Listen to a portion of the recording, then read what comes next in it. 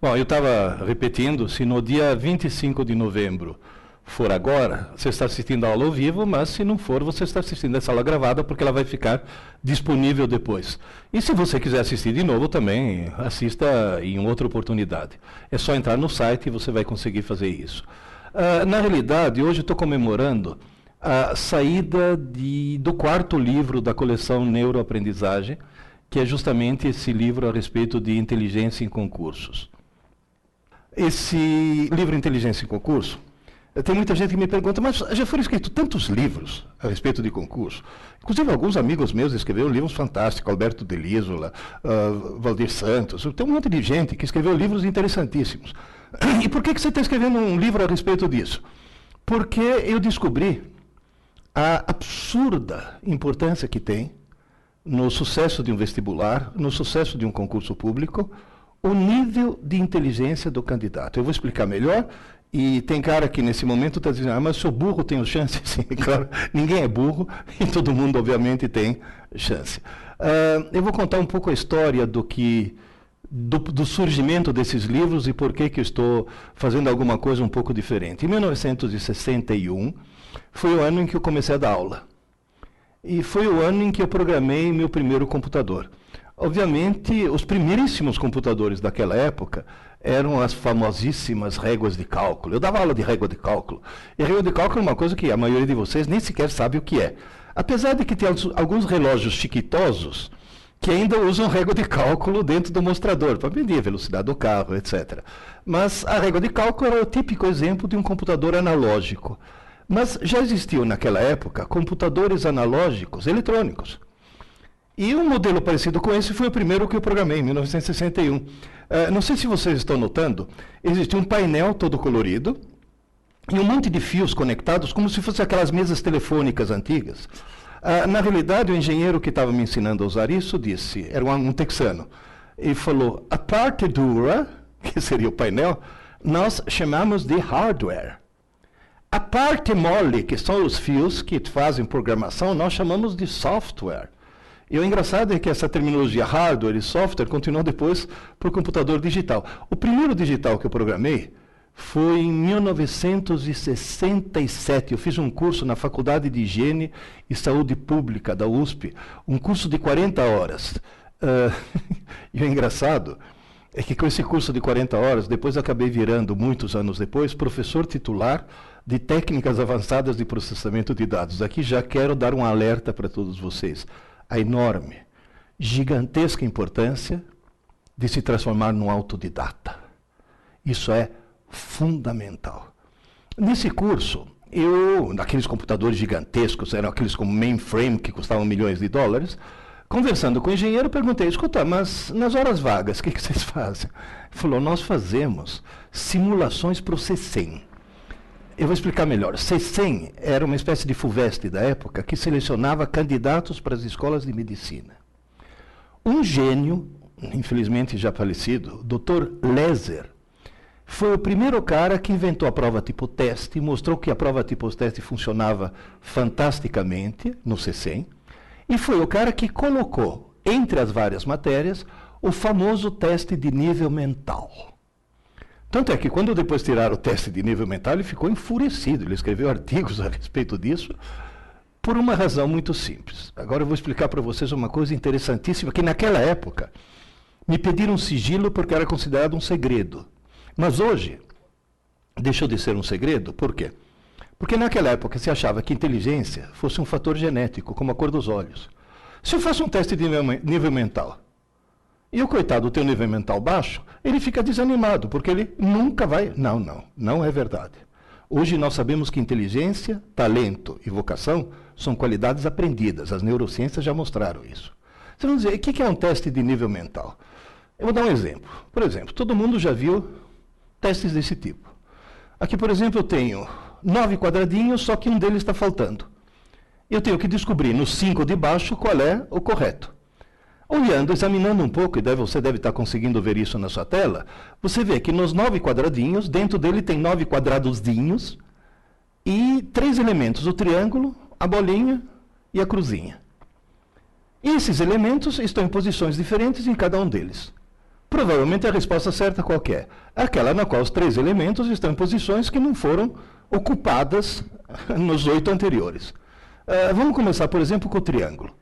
Se eu pegar a resposta genérica, o triângulo pode estar em qualquer lugar. Agora, se eu olhar lá em cima, no quadradinho superior à esquerda, eu noto que o quadradinho superior à esquerda já está tomado. Portanto, eu posso, na resposta, dizer, bom, com certeza, na resposta, eu não vou ter o quadradinho superior à esquerda. Então, o que eu faço? Vamos ver no próximo. O quadradinho inferior à direita também já está tomado, então eu posso eliminá-lo. O quadradinho inferior à esquerda também já está tomado, e eu posso eliminá-lo. O quadradinho superior à direita, elimina. O do centro à esquerda, elimina. O do centro à direita, elimina. O quadradinho que está à direita, elimina. O quadradinho que está embaixo, elimina. Obviamente, a resposta tem que ter o quê?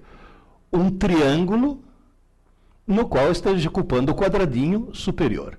Isso já permite, se você olhar embaixo, eliminar 3 das opções.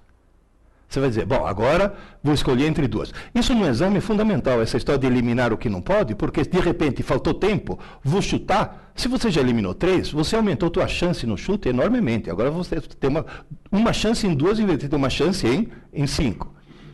Agora, você notou que olhar para a cruzinha não vai adiantar nada, porque a cruzinha está exatamente na mesma posição nas 2 opções. Então eu devo olhar para a bolinha. Na hora que eu olho para a bolinha, eu percebo o quê? Que no canto superior esquerdo a bolinha já está ocupada. Portanto, não é a número 2. E só para checar, olhando o centro inferior, eu vejo que a bolinha não está em nenhuma dessas posições. Portanto, a opção correta é essa. Eu demorei mais ou menos 2 minutos para resolver isso. Só que eu estou falando e estou explicando. Na hora de fazer um teste, se você demorar mais que 30 segundos para achar a resposta, você já está bobeando. Então, na realidade, esse teste mede, digamos assim, a velocidade de raciocínio e, no fundo, a inteligência. O que faziam naquele computador, aquele velho computador no qual eu comecei a programar aquela coisa gigantesca? Eles faziam simulações dizendo, por exemplo, se eliminar a importância de alguma das matérias, por exemplo, matemática é menos importante, quem teria sido aprovado? Geografia é mais importante, quem teria sido aprovado? E eles tomaram um susto. Porque eles descobriram que se todas as matérias tivessem peso 0, mas fosse apenas o nível mental, o exame decisivo para escolher os candidatos escolhidos seriam, com raríssimas exceções, praticamente os mesmos. E nesse momento eles chegaram a uma conclusão que os assustou.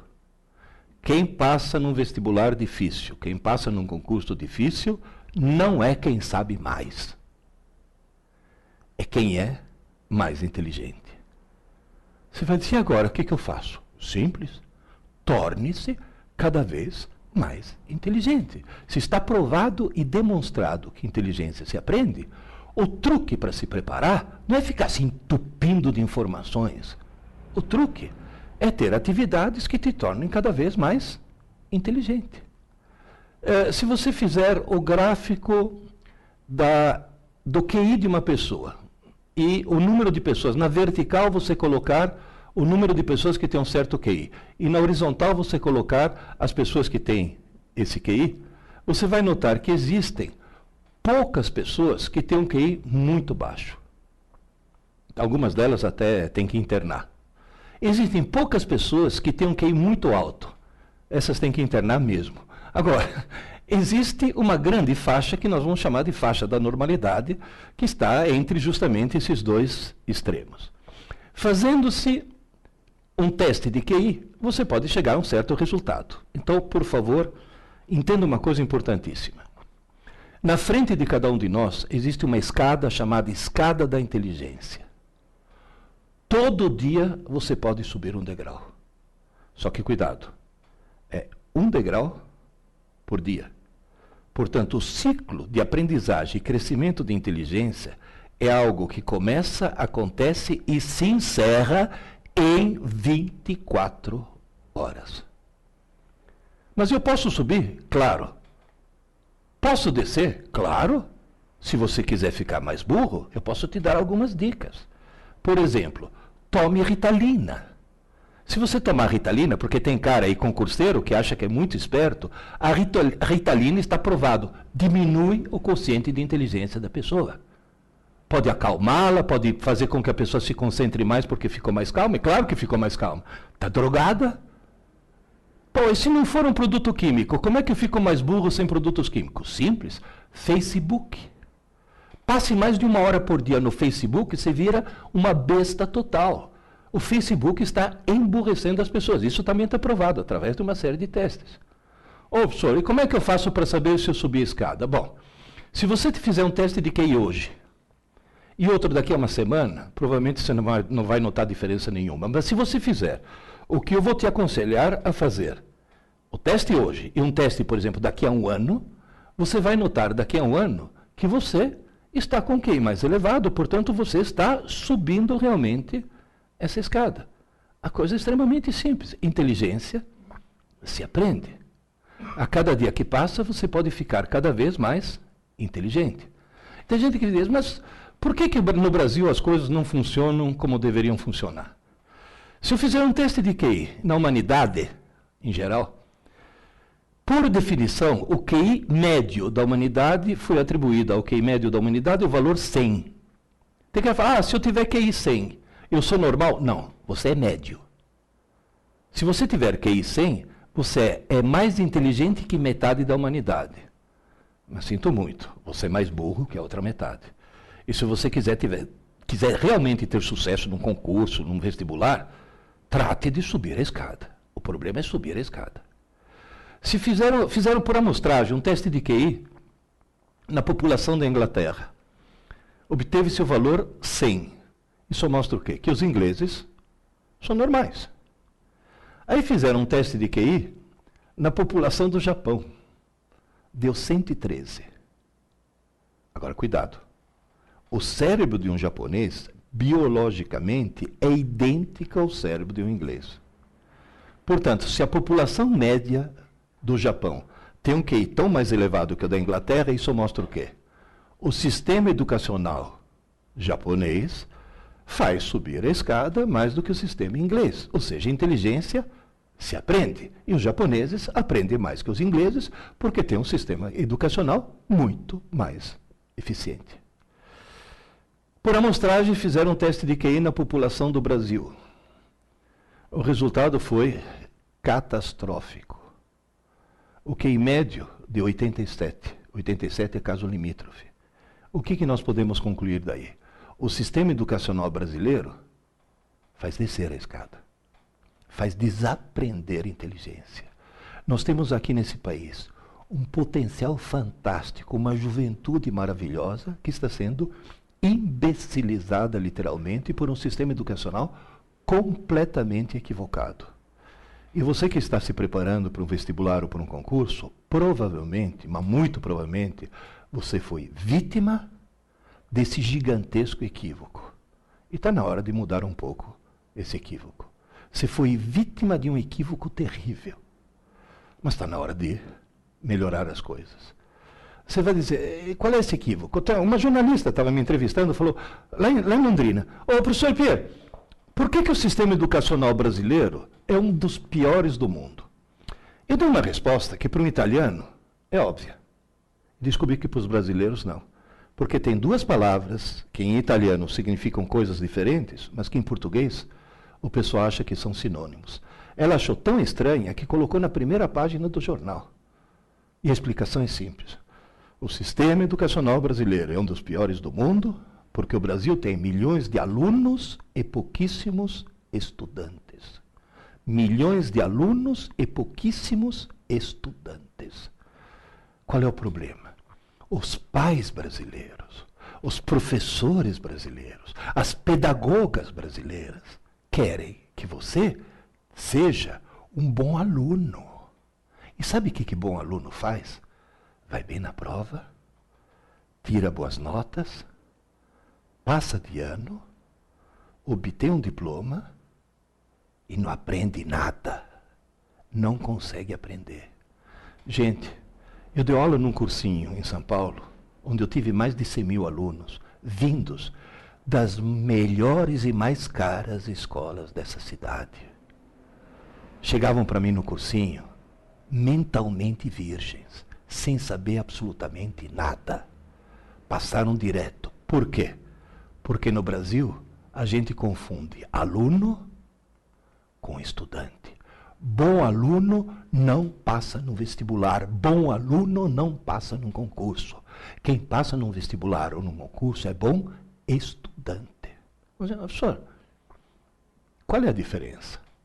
Um aluno é alguém que assiste às aulas. Ser aluno é a coisa mais fácil do mundo. Entra num curso qualquer, se matricula, encosta teu bumbum numa cadeira, pronto, você vira um aluno. Agora, estudante não. Estudante é alguém que estuda.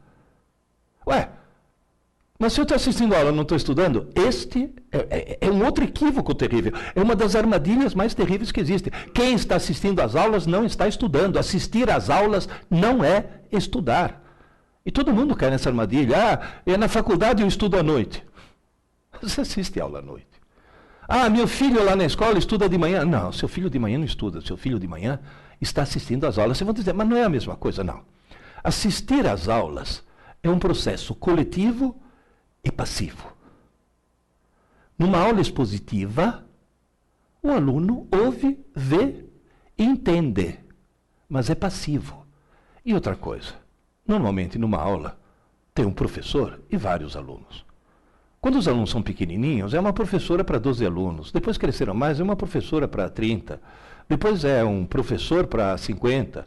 Eu, no cursinho, eu dava aula para 200 alunos. Numa boa. Mas já eram adolescentes. Já eram gente adolescente ou até adultos. Então é um processo coletivo e passivo. Agora, pensa um pouco. Qual é o oposto de coletivo? É solitário, individual. Qual é o oposto de passivo? Ativo. Estudar, justamente, é um ato individual e ativo.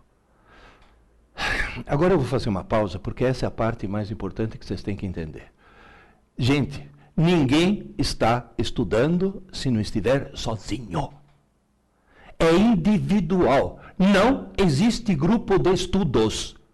Isso é uma contradição em termos. Se é grupo, não é estudo. Estudo é individual. Cada um por si.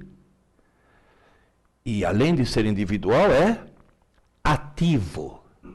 Ninguém está estudando se não tiver uma caneta ou um lápis na mão e não estiver escrevendo. Eu vou repetir. Escrevendo. À mão. Gente, vocês estão falando com um homem de 70 anos que começou a dar aula com 18, que já deu aula para criança e já deu aula na pós-graduação para médico psiquiatra. Vocês estão falando com um homem que só no curso pré-vestibular teve mais de 100.000 alunos. Por favor, ouçam. Não existe outra forma de se estudar que não seja escrever. Tem cara que fala, não, mas espera aí, eu estou lendo um trecho do Código Penal, eu não estou estudando o Código Penal, não. Você não está estudando, você está lendo e não vai gravar nada. Como é que eu faço? Simples. Pega o texto, pega uma caneta, ou um lápis, um papel, e vai lendo. Tudo que for importante, escreva. É importante? Escreva.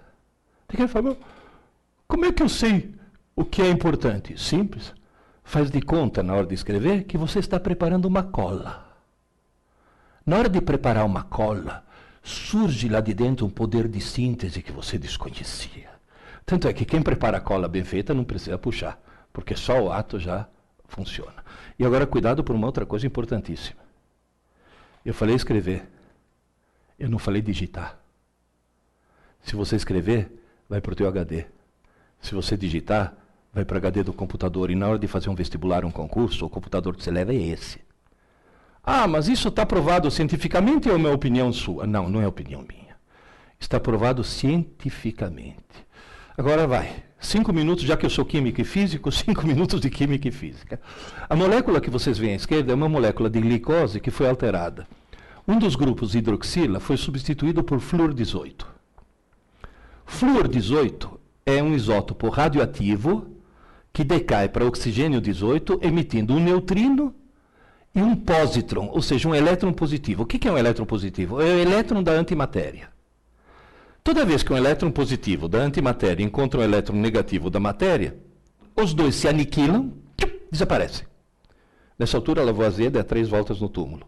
A matéria desaparece e surgem 2 pulsos de energia, 2 raios gama que saem um para cada lado. O que eu faço? Como o maior combustível do cérebro é açúcar, eu dou para o cidadão açúcar, uma solução de açúcar, água com açúcar, só que com esse açúcar. E coloco o cidadão exatamente no centro de um detector circular de raios gama. A região do cérebro que mais consome açúcar vai produzir mais esses pares de raios gama, que como não chegam exatamente no mesmo instante, a diferença de tempo permite localizar de onde partiram. E a quantidade de aniquilações que acontecem permite determinar quanto açúcar aquela região do cérebro está consumindo. Ou seja, eu quase que consigo fotografar o pensamento. Por exemplo, nesse exato momento, agora, vocês estão me ouvindo. Se vocês estão me ouvindo, no hemisfério esquerdo do teu cérebro, nessa posição mais ou menos, na região de Wernicke, está acendendo. E o que estou falando está acendendo mais na frente, a região de Broca. Se você está de olhos abertos olhando, está acendendo aqui o lobo occipital. E se você está pensando, obviamente, acende o lobo pré-frontal. Você vai dizer, mas dá para perceber, inclusive dá para responder perguntas. Por exemplo, tem muitos que me perguntam, posso estudar assistindo TV? Não. Posso estudar com o computador ligado? Não. Posso estudar ouvindo música? Sim. Nessa altura a pessoa fala, como assim? Veja bem, se você pegar um cérebro em repouso, aquela figura lá embaixo, você está notando que o vermelho, a maior atividade, acontece no lobo occipital, que é justamente o cara está de olhos abertos, está processando a imagem. Se você estiver estudando, usando só linguagem, português e matemática, que são as 2 linguagens, acende somente o lado esquerdo. E se você estiver ouvindo música, acende só o lado direito.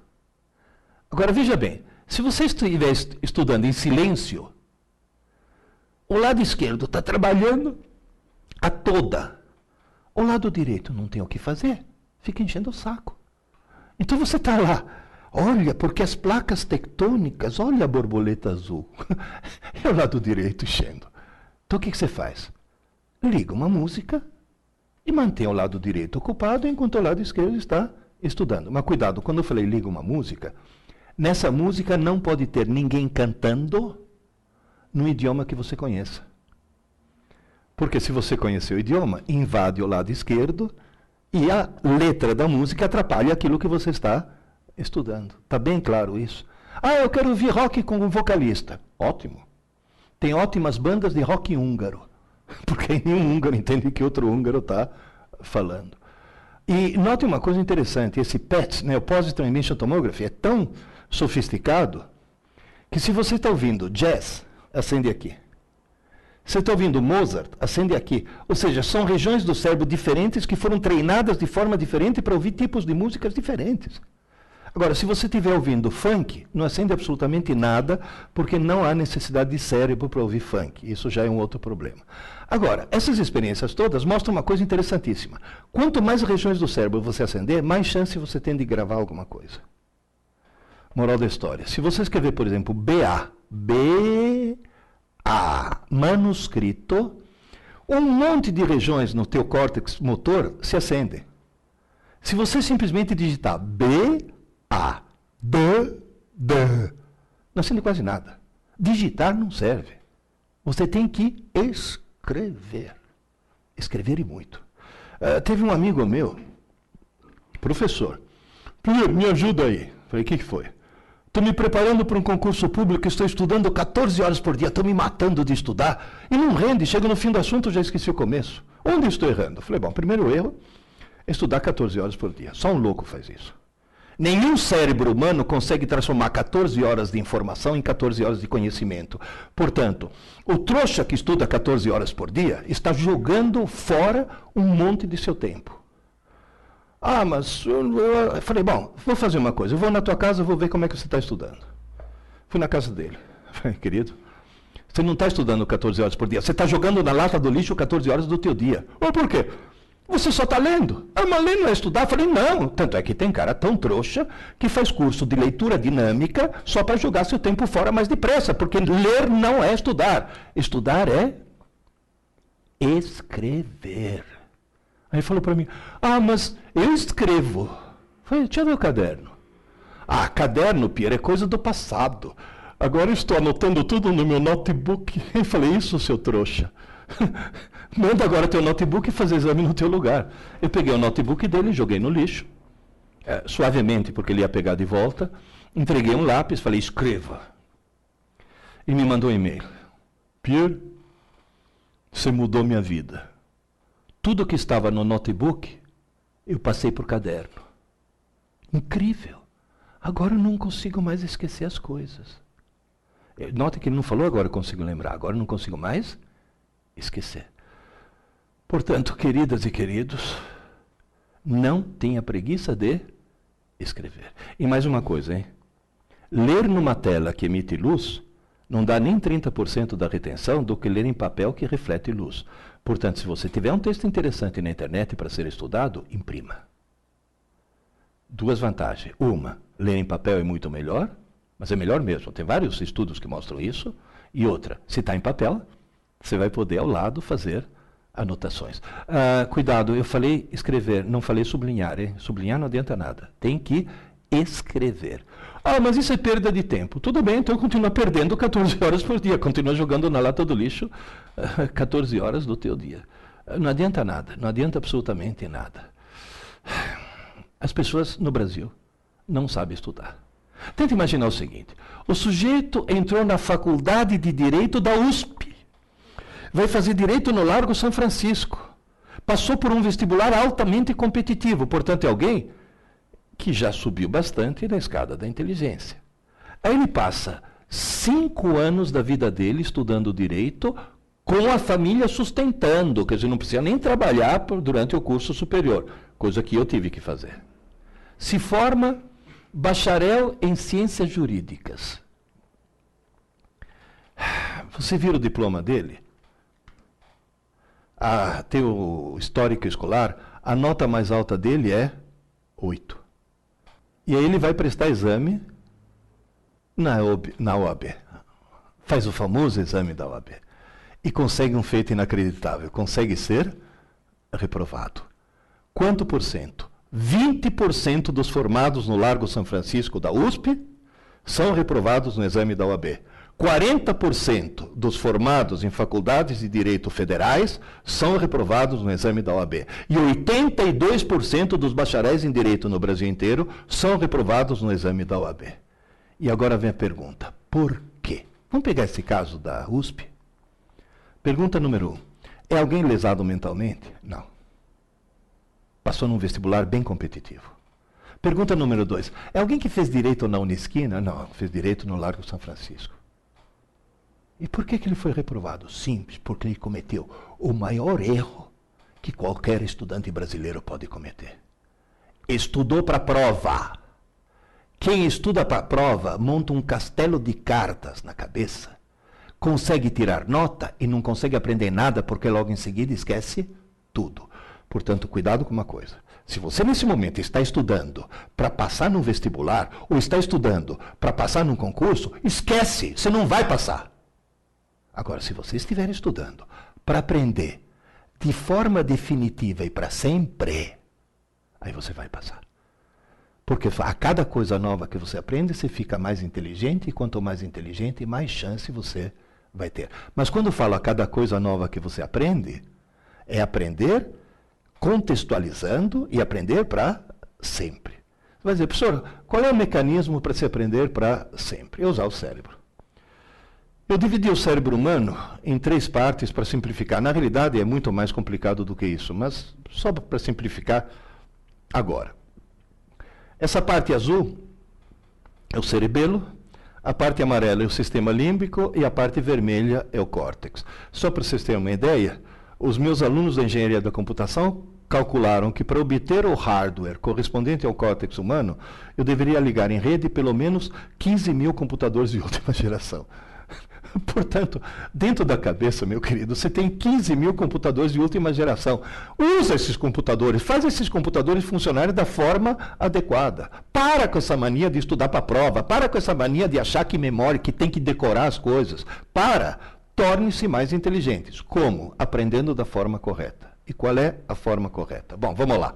No cerebelo, que é essa região azul, você aprende coisas que têm muito a ver com habilidade física, tem a ver com equilíbrio e com ritmo. Por exemplo, no cerebelo, você aprendeu a andar de bicicleta. Agora, veja bem, o que a gente aprende no cerebelo é uma coisa que é difícil de se aprender, porque ninguém sai pedalando na primeira, quando vai andar de bicicleta, porém, uma vez que você aprendeu, você não esquece nunca mais.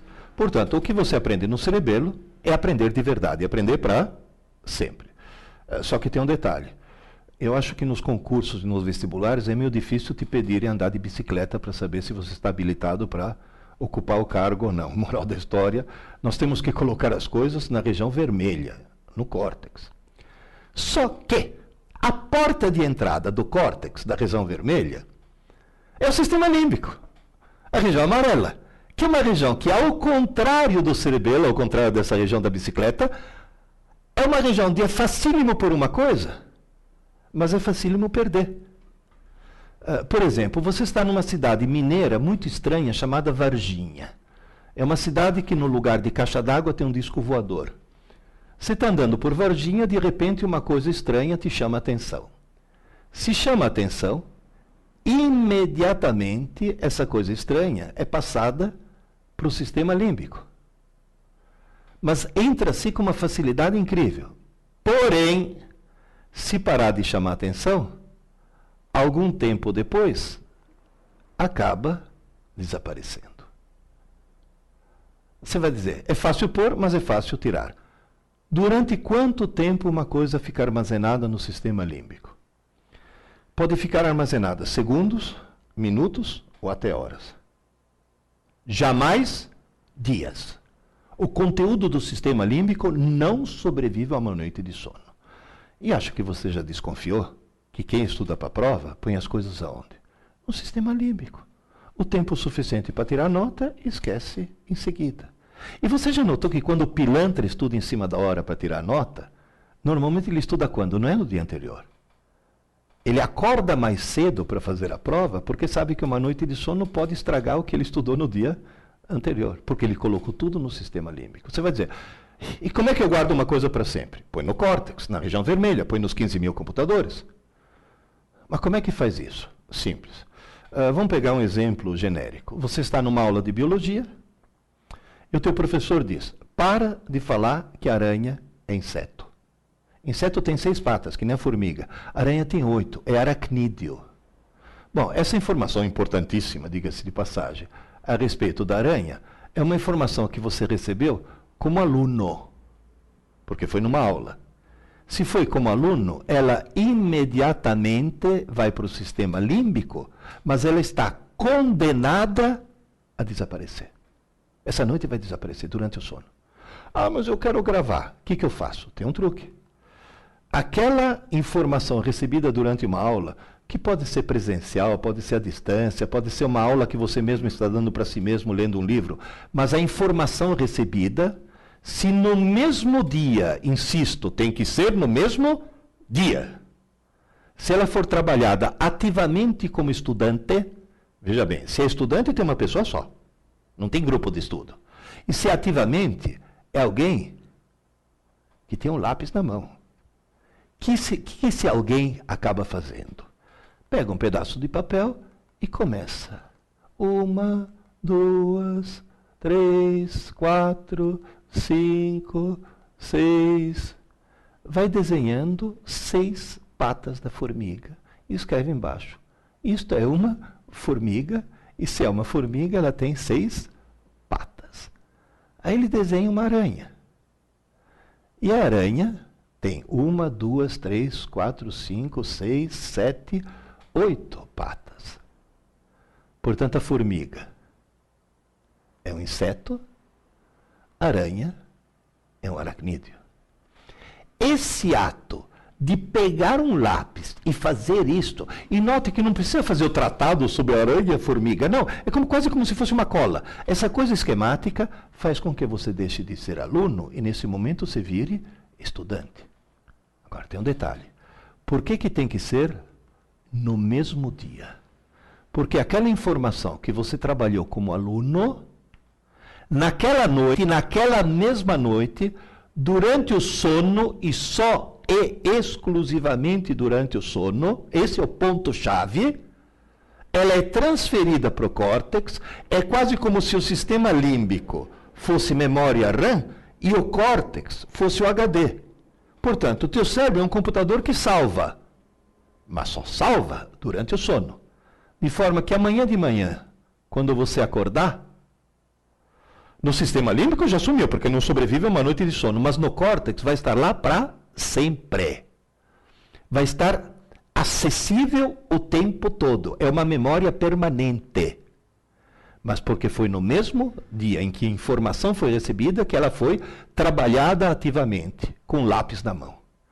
Portanto, durante o dia, tudo que entra no teu cérebro, entra no rascunho. A atividade elétrica do teu cérebro, lá em cima, você está vendo naquele gráfico, é muito intensa. Conforme você vai adormecendo, ela cai quase a zero. É o chamado sono profundo, ou sono sem sonho. Nesse momento você tem o QI de uma beterraba em coma, zero. Você só não é um cadáver porque respira e bate o coração. O que o cérebro fez? Parou. E por que ele parou? Porque está na hora de arregaçar as mangas e fazer a manutenção. Eis que de repente começa uma grande atividade elétrica chamada sono REM. REM vem de Rapid Eye Movement, movimento rápido dos olhos. Você olha embaixo da pálpebra, você vê o globo ocular começar a pular de um lado para o outro. Nesse momento você está tendo um sonho absolutamente desconexo e sem sentido nenhum. Tanto é que, faz experiência, acorda alguém durante o sono REM e pergunta, você estava sonhando? Estava. O quê? Não sei. A pessoa não sabe. Porque é um sonho desconexo completamente. E nessa manutenção, o que está acontecendo? O que não foi trabalhado vai para o lixo. O que foi trabalhado ativamente como estudante, e não mais como aluno, vai sendo salvo no córtex, e depois de alguns episódios REM, você acorda e tudo está gravado no córtex. Agora, cuidado. Durante a noite tem que acontecer pelo menos 4 episódios REM. Ou seja, você tem que dormir, o ideal, 8 horas. Quebrando o galho, 6 horas. Tomem cuidado que o sono é fundamental. Ah, mas eu trabalho, estudo, blá, blá. Primeiro se organiza para ter horas de sono. Agora você vai dizer, mas como é que eu faço? Eu usava um truque. Gente, de dia eu trabalhava para sustentar mulher e filho. À noite eu fazia faculdade. Sabe qual é o truque que eu usava? Na hora do almoço, 15 minutos. Eu dava uma cochilada de 15 minutos. E depois eu vi que funciona por quê? Porque tem um estudo que mostra que se você dormir 3 horas, o tanto que você descansa dormindo 3 horas, 90% já foi descansado nos primeiros 15 minutos. Portanto, uma cochilada de 15 minutos é a salvação. Na hora do almoço, todo mundo tem esse tempo para poder fazer isso. Moral da história, veja o que acontece no teu cérebro conforme você vai estudando e gravando as coisas. Veja como os dendritos entre os neurônios vão crescendo, vão se entrelaçando, vão criando mais ligações, vão conseguir se conectar, vão conseguir fazer um circuito cada vez mais complexo, um circuito cada vez mais rico em ligações. Com isso daqui você está conseguindo 2 efeitos. Você está matando 2 coelhos com uma cajadada. Número 1. Para aprender alguma coisa, tem que criar uma rede neural. Você está criando. Então você aprendeu, sei lá, informação a respeito da aranha. Fato número 2. Quanto mais ligações você tiver no seu cérebro, mais inteligente ele fica. Portanto, quanto mais você aprende coisas de forma correta, que é essa que eu estou falando, mais inteligente você vai ficar. E mais experiências você vai poder fazer.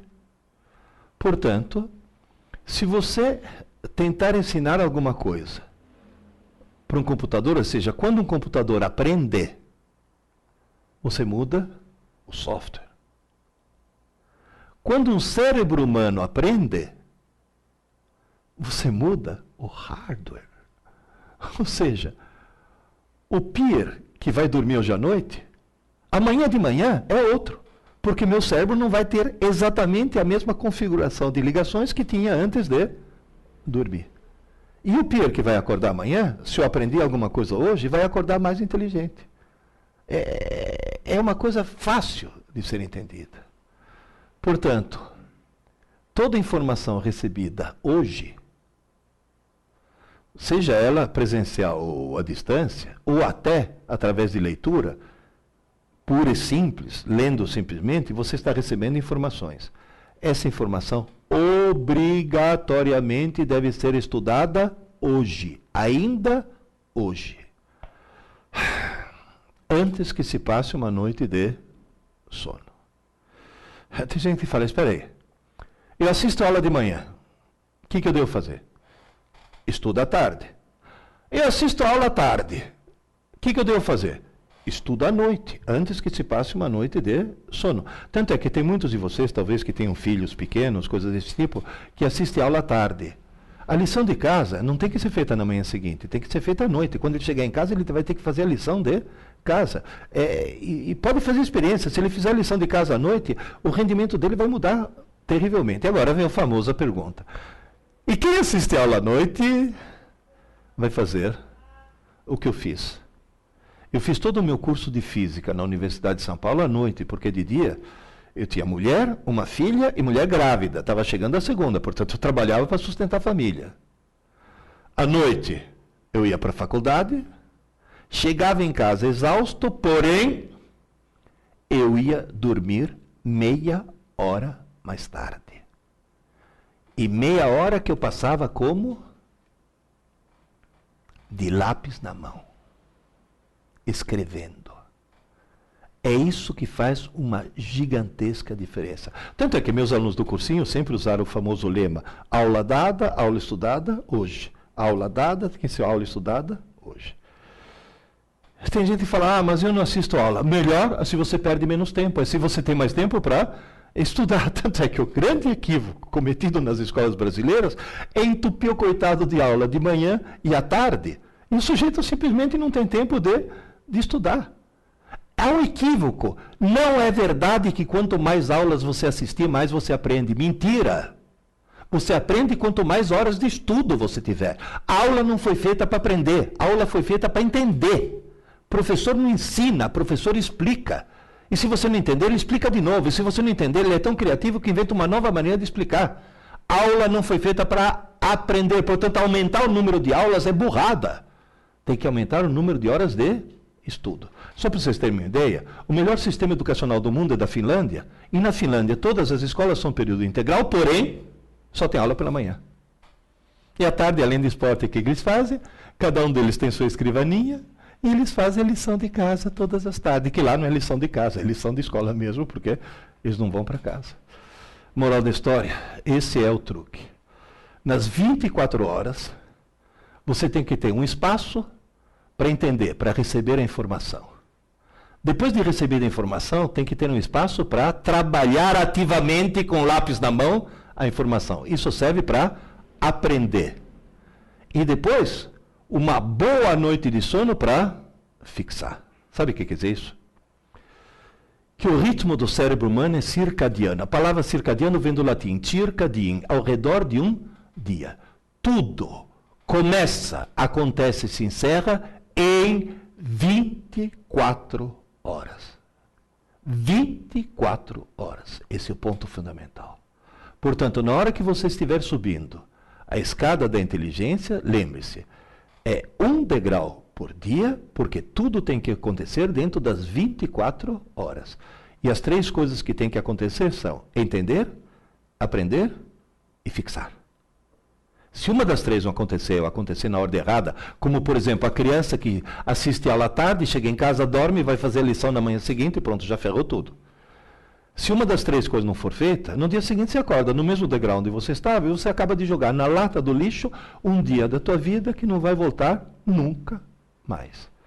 E no cursinho pré-vestibular, eu recebi 100.400 alunos que descobriram muito tarde que não jogaram um dia ou outro na lata do lixo, jogaram anos da vida deles na lata do lixo.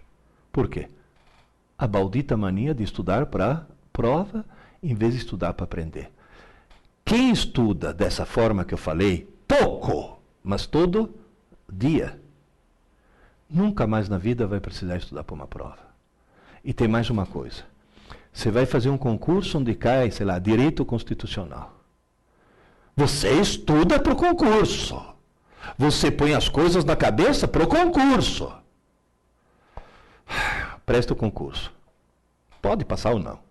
Alguns anos depois, você vai prestar um outro concurso onde novamente cai direito constitucional. O que acontece?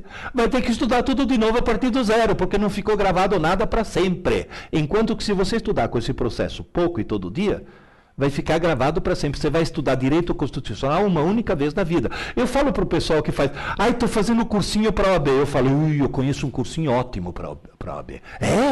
É, só que tem um problema. Dura 5 anos e chama Faculdade de Direito. É simples, né? E estudar pouco e todo dia. Agora, veja bem. Agora, tenta entender uma coisa extremamente importante. Quando você enriquece a rede neural, está aprendendo, está mudando, não o software, está mudando o hardware do teu cérebro. O enzima que permite fazer os dendritos crescerem, ele se esgota em aproximadamente 40 minutos. Portanto, aí vem um truque. Se você for estudar intensivamente, faz uma coisa. Estude meia hora e depois descanse 10 minutos. Estude meia hora e descanse 10 minutos. Não posso passar de meia hora? Experimenta. Nunca te aconteceu de pegar um texto, ler o texto do começo até o fim, chegar no fim e falar, meu Deus, o que eu li?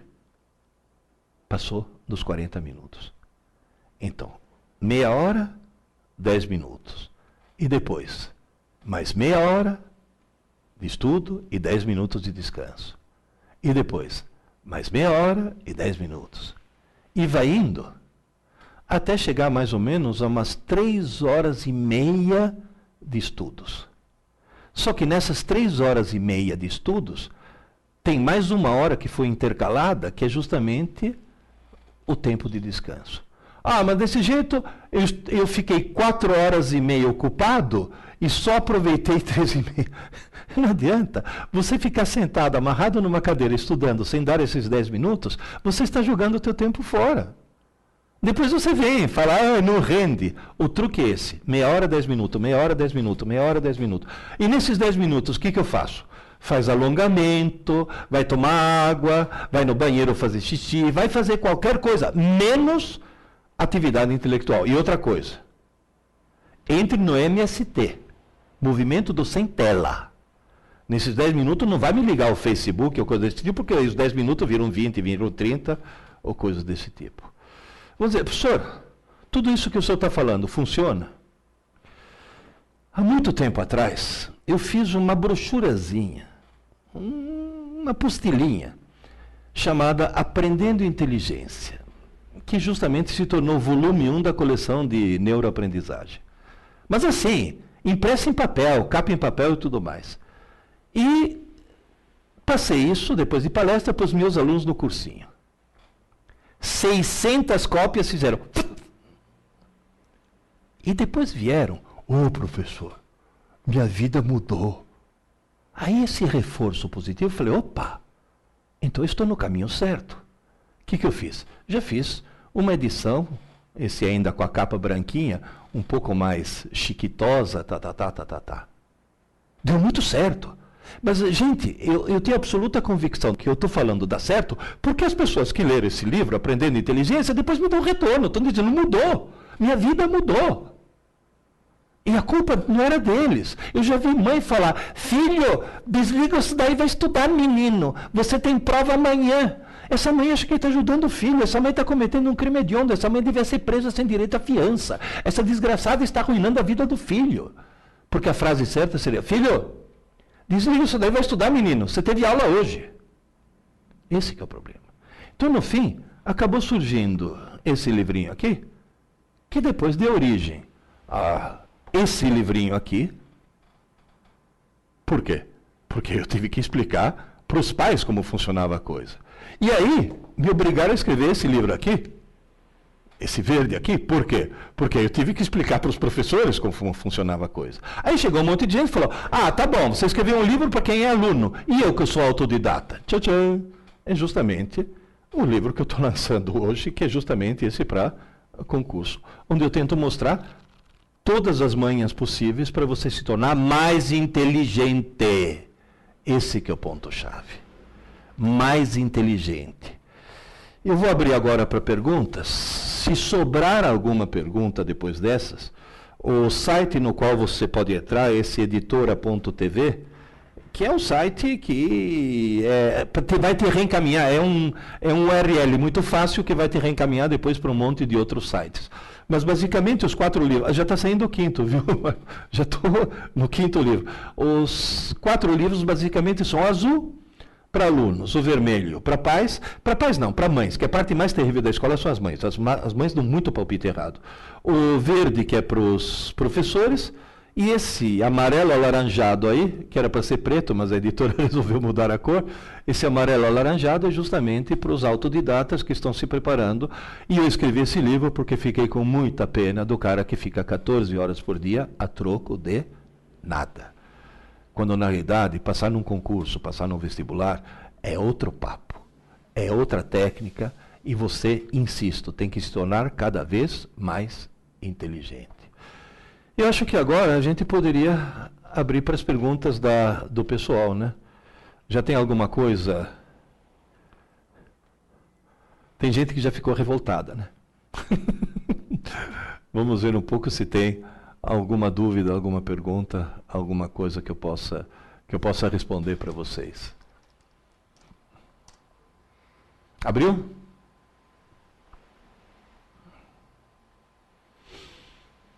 Eu espero que vocês tenham entendido. Tem muito mais coisa a ser falada. Eu já estou combinando outras aulas que a gente vai fazer aqui para entrar em mais detalhes a respeito, mas, na realidade, é extremamente importante que você perceba que você tem que mudar o teu cérebro. Não é pegar o cérebro que você tem e entupir de informações. Não. É pegar o cérebro que você tem e torná-lo cada vez mais rico em ligações, cada vez mais complexo, de maneira que ele fique mais inteligente e, portanto, aquelas informações sejam processadas melhor, mais contextualizadas e, principalmente, mais rápidas. Esse que é o ponto-chave. Maior velocidade de raciocínio. Chegou alguma pergunta? Sim. A Kaline pergunta, existe alguma técnica para aprender em curto tempo, em tempo mais curto? Não. Não. Desculpe eu tirar a tua ilusão, mas não. E eu vou explicar a razão neurológica para isso. Toda vez que você aprende alguma coisa, você faz uma alteração no circuito do teu cérebro. O que acontece é que o teu cérebro, por um mecanismo de defesa próprio, para manter a integridade da personalidade, ele admite poucas mudanças a cada 24 horas. Portanto, aquela escada que eu mostrei, os degraus são baixinhos. O processo é bastante gradual. Só para vocês terem uma ideia, como é o nome dela? Kaline, né? Kaline. Kaline, se você assistiu aquele filme Rain Man, com Dustin Hoffman e o Tom Cruise, naquele filme aparece um cara que existiu de verdade, que conseguiu memorizar 3.000 livros. E muito rapidamente, sabe como? O médico descobriu que com o olho esquerdo ele gravava a página da esquerda e com o olho direito ele gravava a página da direita. E se você chegasse depois para ele e falasse a crítica da razão pura de Kant, volume tal, página 15, ele falava tudo. Agora eu te pergunto, você acha que esse cara passaria num concurso? Você acha que esse cara passaria no vestibular? Claro que não, era um débil mental. Na realidade, por que ele se tornou um débil mental? Porque justamente o cérebro dele começou a sofrer muitas mudanças e muito rapidamente, roubando a integridade de uma personalidade e de outras habilidades, que acabaram desaparecendo, foram canibalizadas por essa habilidade em memorizar coisa. Mais uma pergunta, o Lélio pergunta, jogos estratégicos como xadrez e damas e Go ajudam a melhorar a inteligência? Muito, muito. Muito. Ao contrário de muito videogame. Tem alguns videogames também que ajudam a melhorar a inteligência, mas são raríssimos. E olha que eu estou falando de cátedra, porque quando eu era jovem, eu não jogava videogame, eu criava videogame. Então são raríssimos. Agora, esses jogos estratégicos, War, Go, Damas, xadrez, principalmente o xadrez, são jogos que desenvolvem muita inteligência. Mas, mais uma vez, cuidado, não vamos cair no Rain Man. Porque tem cara que joga xadrez com tanta intensidade, com tanta concentração, e só exclusivamente xadrez, que se torna o quê? Uma máquina de jogar xadrez, e é um cara que simplesmente não se desenvolve intelectualmente e outras coisas. Então é bom ir variando, é bom ir fazendo várias coisas diferentes. Excelente. João Neto pergunta, Pierre, qual a diferença desse livro para concursos para o livro azul para estudantes? No livro azul para estudantes, eu parto do princípio que o sujeito certamente teve uma aula, e o que fazer depois dessa aula. No livro de concurso, eu mostro que ele pode ou não ter tido essa aula, e no livro de concurso eu mostro, digamos assim, para um público mais adulto, um público mais amadurecido, eu mostro a enorme, gigantesca importância, de aumentar seu nível de inteligência, porque isso que é fundamental. 2, de começar a fazer exercícios mentais. E 3, eu mostro uma coisa, que no outro livro, no azul, não tinha muito sentido. Quais são as técnicas a serem usadas durante a prova? Durante a prova, porque durante a prova, tem gente, por exemplo, muito bem preparado, que durante a prova dá o famoso branco, se perde, está nervoso, coisa desse tipo. Então eu mostro o que fazer durante a prova. Vou dar um exemplo rápido. Você está numa sala no meio de concorrentes. Estatisticamente, você passa mais tempo cabisbaixo do que com a cabeça levantada pensando. Mas isso não é só você, todos os outros. Portanto, estatisticamente, na hora que você levanta para pensar, você vai ver um monte de gente cabisbaixo. O que vai passar na tua cabeça? Só eles estão fazendo, eu estou aqui perdendo tempo. Aí começa a dar aqueles pânicos idiotas. Então, é como você se acalmar. Inclusive, tem uma maneira muito fácil de você criar pânico nos concorrentes que estão na sala, viu? Porque você elimina alguns. Qual que é? Por mais que você esteja se ferrando, por mais que a prova seja difícil, de 3 em 3 minutos, bem discretamente, faz yes! E continua fazendo a prova. Os outros ficam destruídos, falam, meu Deus do céu, esse cara daí está sabendo tudo. Aí você destrói os outros moralmente, pelo menos. Daniel pergunta, professor, quem estuda sozinho não passa da etapa 1, que é entender, uma vez que não assiste aula. Nesse caso, o ato de entender a matéria passa pela leitura? É fundamental a leitura. Ninguém sobe a escada da inteligência se não for um leitor. Ninguém é um leitor se não for alguém que lê muito. E ninguém lê muito se não for alguém que lê por prazer. Portanto, queridas e queridos, a leitura não interessa do que. Pode ser até 50 tons de cinza. Que é aquela espécie de Sabrina pornô que lançaram, que fez um grande sucesso. Pode ser leitura de qualquer coisa. A leitura é fundamental, desde que você goste. Porque na hora que você gosta, o que acontece? Você lê muito. Quanto mais você lê muito, mais você decodifica, mais interpretação de texto você tem, mais vocabulário você tem, mais coisas vão acontecendo e, principalmente, mais inteligente você se torna. E a inteligência, muitas vezes, permite com que você construa o conhecimento em vez de recebê-lo. Eu vou dar um exemplo simples. Eu estava brigando com os meus alunos porque eu falei que eles tinham um vocabulário muito limitado. Porque eles liam muito pouco. Aí um dos meus alunos me desafiou assim, falou, aí o senhor tem vocabulário? Eu falei, eu tenho um vocabulário maior porque eu leio mais do que vocês. Aí ele abriu o vocabulário, ele tinha um daqueles, abriu. Então me diz aí, o senhor sabe o que é bradipneia? Eu falei, não. Haha! Eu falei, não, espera aí. Eu não sei, mas vamos pensar um pouco. Eu sei que o contrário de taquicardia é bradicardia. Então, se taquicardia é o coração batendo depressa, bradicardia deve ser o coração batendo devagar. Então, esse brade significa devagar. Pneia. Eu me lembro que quando eu fazia mergulho, me ensinaram a mergulhar com equipamento ou em apneia. Apneia. A, negação, pneia, respirar. Ou seja, prendendo a respiração. Portanto, bradipneia deve ser a respiração muito lenta. Essa definição não vale. Eu falei, como não vale? Essa definição é. Eu tinha conhecimento? Não. Mas eu tinha inteligência suficiente para buscar coisas soltas, juntar e obter. Qual é o fator que permite isso? Leitura. Muita leitura. Infelizmente, o sistema escolar brasileiro é especialista em criar o ódio pela leitura. Pega uma criancinha de 12 anos e fala, você vai descobrir o prazer pela leitura. Toma, Iracema. Isso é um trauma que depois nem 20 anos de psicanálise tiram da pessoa. Toma, Dom Casmurro. Eu falo para os professores de literatura, começa com Harry Potter, você chega em Machado de Assis. Agora, começa com Machado de Assis, você não vai chegar em lugar nenhum. Portanto, para os autodidatas, a leitura como forma de lazer é fundamental, para dar justamente toda essa decodificação, interpretação de texto e tudo mais. Vamos lá. O Léo pergunta, tem o edital de um concurso. Como encontrar o material adequado que se só dispõe de provas anteriores? Bom, as provas anteriores já são uma boa indicação de qual é o estilo, pelo menos. São uma boa indicação de o que costuma ser cobrado.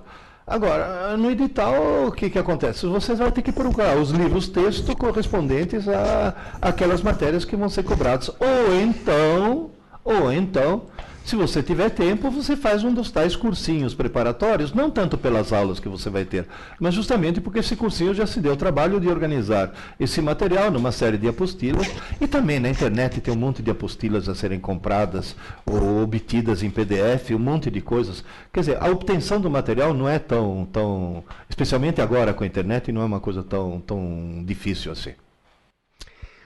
O Phil pergunta, quanto tempo o senhor recomenda estudar para um vestibular mais concorrido, como o de medicina?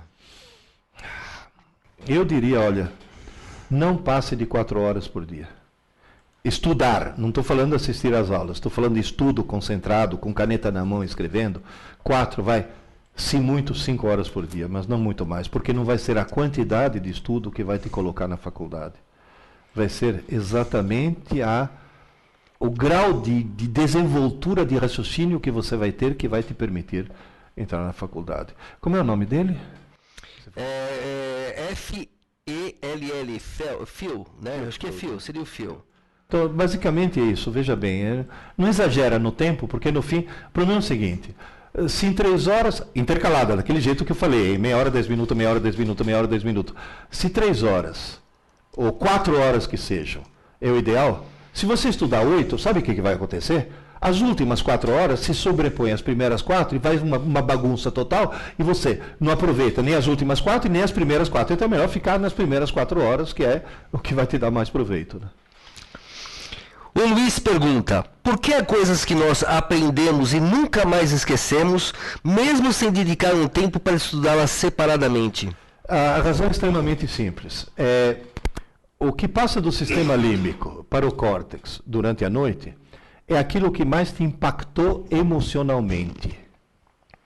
Então, se você vê um desastre horrível, um caminhão destruindo um outro, provavelmente essa é uma cena que você nunca mais vai esquecer. Se você vir uma moça muito bonita, provavelmente é uma cena que você nunca mais vai esquecer. Agora, acontece que a equação do segundo grau não é uma coisa que normalmente impacta emocionalmente a pessoa. Ninguém vai, que bonito uma equação do segundo grau. Então, as coisas que não te impactam emocionalmente, essas você vai ter que impactar com o lápis na mão e ficar fazendo exercícios, que é a outra maneira que o cérebro tem de acabar gravando alguma coisa. Eu tenho certeza absoluta que todos vocês que estão me ouvindo agora, cada um de vocês lembra exatamente onde estava quando recebeu a notícia dos 2 aviões entrando nas Torres Gêmeas de Nova York. Por quê? Porque foi uma coisa tão impactante que você não esquece justamente isso. Agora, é lógico, por exemplo, tem professores que têm a técnica de contar uma piada durante a aula para impactar emocionalmente. E sabe o que acontece? 2 meses depois o cara esqueceu a aula, mas lembra da piada, pelo menos. Então não é só essa coisa impactante que vai funcionar. Depois da aula, é lápis na mão e trabalho.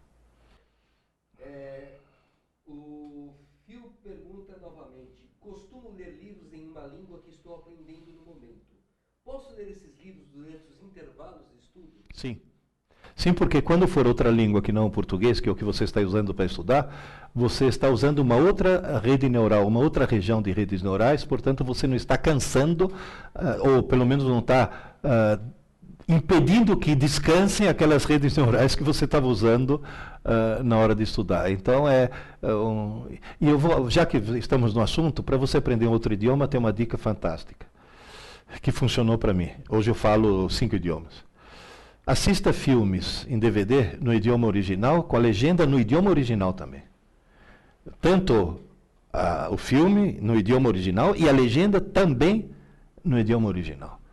Isso permite com que você vá mergulhando muito e leia livros no idioma que você quer aprender. Você fala, mas se eu pego um livro no idioma que eu não aprendo, não sei nada, teu cérebro aprende. É impressionante como contextualizando o cérebro consegue descobrir as coisas. Quando você aprendeu a falar português, você não tinha um dicionário, não tinha legenda, Gugu Dadá traduzindo o que você estava falando. E você, simplesmente, você aprendeu contextualizando, né? Essa maneira de aprender o idioma.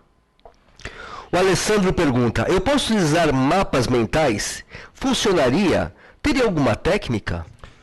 Olha, realmente, com relação aos mapas mentais, eu tenho um pé atrás, deixa eu explicar por quê. Porque é tanta técnica essa de montar o mapa mental, que o sujeito fica mais preocupado em montar o mapa segundo a técnica do que com o conteúdo do próprio mapa. Tem até uma experiência feita numa universidade americana, em que o mesmo texto foi dado por um grupo que estudou de maneira tradicional, qual aquela fazendo resumo, lápis, e um grupo que fez os tais mapas conceituais, os mapas mentais, Muito bem. Depois de um mês cobraram aquele conteúdo, o pessoal que estudou da maneira mais tradicional teve um resultado melhor do que o pessoal que fez os tais mapas mentais. Então, os mapas mentais funcionam se o sujeito já estiver usando há muito tempo, portanto é uma coisa automática, em que ele não está preocupado com o mapa mental, ele está preocupado com o conteúdo daquilo que ele está colocando no mapa. Entendeu a diferença? É a mesma coisa que, sei lá, eu sou um péssimo jogador de tênis. Só que eu ganho quando eu vou jogar com um cara melhor do que eu. Por quê? Eu perco o primeiro set, tudo bem, sempre perco, sou péssimo. Aí eu viro pro cara e falo, você joga bem pra caramba, mas já descobri o teu segredo. Já sei por que você joga tão bem. Eu descobri que você põe o polegar, a tua empunhadura, o polegar toma uma posição que é justamente o que te dá mais força lá na pancada, tá? O segundo set eu ganho, porque o cara fica olhando para o polegar dele em vez de ficar olhando para a bola. O truque é extremamente simples. Se você faz um mapa mental com a preocupação, será que estou fazendo um mapa segundo o conceito adequado do mapa, não sei o que, esquece. É o conteúdo daquilo que está lá que acaba interessando. Cristiano pergunta, como fazer para armazenar o conteúdo de uma determinada matéria? Como determinar o que aprender? É aquilo que eu falei no começo. Como é o nome dele, Cristiano? É, o Cristiano. Cristiano, eu cheguei no Brasil, eu sabia falar bom dia, obrigado e alfinete só. Eu tinha 12 anos, não sabia falar português. E me botaram na escola mesmo assim, eu tive que me virar. Um belo dia, eu entro na sala de aula, eu não conhecia ainda os mecanismos brasileiros. Entrei na sala de aula e vi todo mundo alvoroçado. Falei, nossa, os nativos estão irrequietos hoje, deixa eu ver o que está acontecendo. E aí fui ver, estava todo mundo escrevendo com uma letra muito miúda em pedacinhos de papel muito pequenos. Falei, deve ser um ritual religioso, né? De repente, eles fazem um pedido por embaixo do santinho, né? Mas eu perguntei para o colega, falei, mas sente, mas que coisa é com isso? Ele olhou para mim e falou, cola. Falei, e o que é cola? Falei, é para consultar durante a prova. Falei, e o professor deixa? Ele falou, não. Aí eu fiquei estarrecido, descobri que tem gente que acha que está na escola para tirar nota, e não para aprender. Mas aí, em Roma, faça como os romanos, em Piracicaba, onde eu estava, faça como os piracicabanos. Preparei minha cola. Preparei uma cola sanfona, a 4 cores. Na primeira página da cola tinha índice, sabe? Cola tal, página tal, cola tal, página tal. Adivinha o que aconteceu? Não precisei puxar. Porque o trabalho que eu tive foi o suficiente. A partir desse dia, sabe o que eu comecei a fazer? Toda tarde, quando chegava em casa, eu me perguntava, se as aulas que assisti hoje caísse numa prova amanhã, que cola eu prepararia? E preparava a cola. E jogava numa gaveta. E nessa gaveta só entrou e nunca saiu. Você está vendo um homem na tua frente que nunca precisou colar na vida. Por quê? Porque passou a vida preparando cola. Então, se você quer saber o que é realmente importante, olha para aquilo e fala, eu vou fazer de conta que eu vou preparar uma cola. Eu vou fazer de conta que na prova que vai cair esse assunto, eu tenha sido autorizado a preparar uma cola. E na hora de preparar a cola, o que é realmente importante você acaba pondo. Mas tem gente que é tão imbecil que xeroca a cola do outro, né? Mas aí tudo bem, aí é outro problema. Daniel pergunta, essa leitura deve ser também uma leitura atenta e escrita, tal como o período de estudo, e deve também ser quebrada a cada 30 minutos? Não, Não, a leitura por prazer pode tocar em frente. Pode tocar em frente porque essa é uma leitura que você não está querendo que aquilo fique gravado permanentemente do teu cérebro. Na realidade vai acabar sendo gravado porque se é uma leitura prazerosa, a emoção, o prazer de descobrir a história, não, agora vai acontecer isso, vai acontecer aquilo, esse prazer de descobrir a história é suficiente para motivar teu cérebro a acabar gravando a maior parte disso daí. Mas na realidade é uma leitura, insisto, que deve ser uma leitura por prazer, porque você está se divertindo. Ou seja, se você conseguir fazer com que tua principal forma de divertimento, a segunda, né? A primeira é sexo, mas a segunda forma de divertimento mais interessante seja a leitura, intelectualmente você está feito. Felipe pergunta, professor, costumo ler muitas matérias, livros e assistir palestras sobre os assuntos que gosto. Para gravar isso, devo sempre fazer um resumo escrito sobre tudo que vejo no meu dia? Sim, só que eu te daria um conselho. Fazer um resumo exige conectar palavras, e ao não conectar palavras, você vai escrever muitas palavras que têm apenas a função de distribuição do texto e não são palavras-chave. Então eu diria para você fazer menos do que um resumo. As palavras-chave, aquela que você fala, esta frase não posso esquecer, essa palavra eu não posso esquecer, isso eu não posso esquecer. Então só as palavras-chave que vão servir depois como gancho mnemônico para aquilo que você está fazendo. Ou seja, faz uma experiência, tenta pegar uma história infantil, sei lá, Chapeuzinho Vermelho, e tenta escrever Chapeuzinho Vermelho em 20 palavras. Você não vai usar e, ou, com, entende? Tenta escrever em 20 palavras que você vai ver que você pega a parte essencial. Quem comeu quem? Pronto. Kaline pergunta, em sua opinião, qual a melhor estratégia para passar um concurso público muito concorrido? Concurso público muito concorrido, você viu a curva de QI, né? Quem está concorrendo naquele concurso está lá, naquela curva. Tá? De todo tipo. O truque qualquer. Dá um jeito de ficar no cantinho. Dá um jeito de você ser uma das pessoas mais inteligentes daquele concurso. Isso vale para concurso público, isso vale para vestibular, e isso vale para a vida profissional.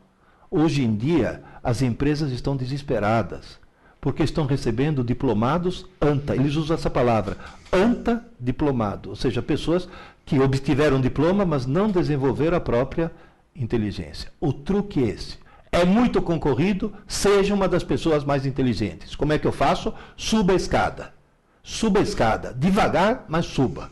Então, se você não conseguir no concurso de hoje, você vai conseguir no concurso do ano que vem. Mas comece a subir a escada hoje. Quem pergunta agora, ele entrou com o nome na sala que está sem acento, mas eu imagino que é o Zé. Tá? Eose, né? E-O-Z-E. É o Zé. Então é o Zé. Nessas 3h30, deve estudar várias matérias ou somente uma matéria? O ideal é pular de uma para outra. Deixa eu explicar por quê. Aquela tal história. Quando você usa o cérebro, você está ativando redes neurais, está gastando energia nessas várias redes neurais, está gastando substâncias químicas, enzimas que precisam ser repostos depois nas várias redes neurais. Se você estudar matérias diferentes, o que vai acontecer? Enquanto você está estudando matemática, você está dando um descanso em português. Enquanto você está estudando história, você está dando um descanso na álgebra. Ou seja, você está passando de uma matéria para outra, sempre tentando não perder o fio da meada, obviamente, tá certo? Mas o ideal seria se você se organizasse que cada uma daquelas meia horas fosse dedicada a uma determinada matéria. Porque permite que o cérebro... Porque o cérebro, quando o cérebro se concentra numa coisa só, é a hora que ele cansa, é a hora que ele não aguenta mais. Então, pulando de uma para outra, você consegue reduzir um pouco esse cansaço. Alessandro pergunta, para estudar temos que ter 30 minutos de estudo e 10 minutos de descanso. No caso da aula, até quanto tempo seria o ideal para não obter um retardo na obtenção da informação? Eu diria que uma aula deve conter de informação realmente essencial 30 minutos. Mas os outros 20 minutos, eles servem para quê? Eles servem para tirar dúvidas, servem para discutir a coisa, servem para contar, por exemplo, uma curiosidade a respeito do assunto, que muita gente acha que é inútil, porque quando o professor conta uma curiosidade, o cara fala, mas isso cai na prova. É o chamado idiota da objetividade quem faz isso. Na realidade, aquelas curiosidades, aquelas coisas adicionais, são ganchos mnemônicos que permitem com que você possa lembrar da coisa. Outro dia eu estava ontem à noite, na BR, eu moro em Itapecerica da Serra, na BR-116, a Regis Bittencourt, BR-116. Todo mundo sabe que a Regis Bittencourt é BR-116. E aí, conversando com a minha mulher, falei, se furar o teu pneu, você não sabe trocar pneu, como é que você vai chamar o socorro da operadora, da concessionária? Porque tinha passado, ou era 0800, 70, 90, 116. Aí ela falou, o 0800 dá para lembrar porque todas elas são 0800. O 116 está na cara porque eu estou na BR-116, eles fizeram até de propósito. Mas como é que eu gravo 70, 90? Falei, simples. Tenta imaginar que você está num barco, num veleiro, no meio de uma calmaria, e o desgraçado não consegue andar. Ela falou, e? Falei, você quer andar, mas é uma calmaria. Falou, e? 70, mas 90. Então, bem que você 70, você tenta, mas 90. Ela falou, mas isso é muito infame. Sim, é infame, mas nunca mais você vai esquecer isso, porque justamente você criou um gancho mnemônico para a coisa. E vocês também não vão esquecer nunca mais. Você vai rezar furar o pneu só na BR-116. O Davi pergunta, professor Pierre, após assistir uma aula, caso eu converse com outras pessoas sobre a informação assistida, realizando um debate, é possível fixar a informação? Professor Pierre, você recomenda algum artigo? Não terminou. Na realidade, veja bem, essa história do debate é útil, mas lembre-se, não é estudo. Agora, ele é útil se o debate for acalorado. Por quê? Debate acalorado significa emoção. E emoção significa o quê? Maior chance de que teu cérebro queira gravar alguma coisa. Artigos, olha, eu aconselharia uma enormidade deles, mas eu vou te dizer. Faz uma coisa, eu tenho um site. Entra naquele editora.tv, você é remetido inclusive para o meu site, dá uma olhada nos vários artigos que eu escrevi naquele site, que já é um bom caminho, porque lá inclusive indica uma certa bibliografia, né? Ótimo. Daniel pergunta, a leitura do período de entender a matéria, para quem estuda sozinho, deve ser quebrada em ciclos de 30 minutos? Bom, agora você está lendo para efeito de estudo, você está lendo para entender, para depois você aprender. Existem duas técnicas aí. Como é o nome dele? Esqueci. É o Daniel. Daniel, tem duas técnicas. E eu descobri que essas técnicas variam de pessoa para pessoa. Uma das técnicas qual que é? É o sujeito ler o texto, direto, ler. E depois pega papel e lápis e relê, anotando as coisas importantes. A segunda técnica, que muita gente usa, qual que é? Não fazer a primeira leitura. É já ir fazendo isso. Eu prefiro a primeira técnica. Por quê? Porque você já tem uma visão geral. Portanto, na hora de fazer o que é importante, você já tem uma ideia do que é realmente importante, entende? Então você já fez uma leitura geral e depois... E nessa leitura geral, eu diria que os 30 minutos são mais do que suficiente. Dá sempre um intervalinho. Sempre. O intervalinho é fundamental, desde que seja um intervalinho, não vai exagerar, né? Júnior, é a pergunta que eu gostaria de fazer. Só que para você passaram-se o semestre, né? Para mim passou quase uma vida, mas tudo bem. Já passou um mês de aula no semestre. Não segui a filosofia, aula dada, aula estudada hoje. Que estratégia pode me ajudar para armazenar o tempo e o conteúdo perdido? Em primeiro lugar, comece a fazer aula dada e estudada já. E não tente recuperar o tempo passado de uma vez. Faz uma coisa, comece a estudar corretamente agora. Mas eu tenho que voltar. Então, atenção, na hora de voltar, seja seletivo. Eu estou voltando numa coisa que vai servir de pré-requisito para o que eu estou vendo, volta. Estou voltando numa coisa mais ou menos independente que não vai servir de pré-requisito, espera. Você vai dizer, e quando é que eu vou recuperar isso? Fins de semana, é para isso que servem os fins de semana, para recuperar o tempo perdido. Davi pergunta, professor Pierre, você recomenda um artigo para me aprofundar no funcionamento do cérebro para fixar informação? Que ele não tinha terminado o texto, mas você já acabou respondendo isso, tá? Sim, eu aconselho, olha, é meio cabotino falar isso, é meio autoelogioso, mas infelizmente é verdade. Leia meus livros que você vai realmente perceber muita coisa. A Kaline carinhosamente comenta: parabéns, professor, o senhor é muito inteligente. Bom, eu tenho 70 anos subindo a escada, dá para subir a escada bastante. Mas tem que subir a escada. Isso é fundamental. E fazer ginástica mental, palavras cruzadas, xadrez. Xadrez eu sou um péssimo jogador, já descobri que nem vale a pena. Mas eu ganho também, viu, no xadrez. Sabe como?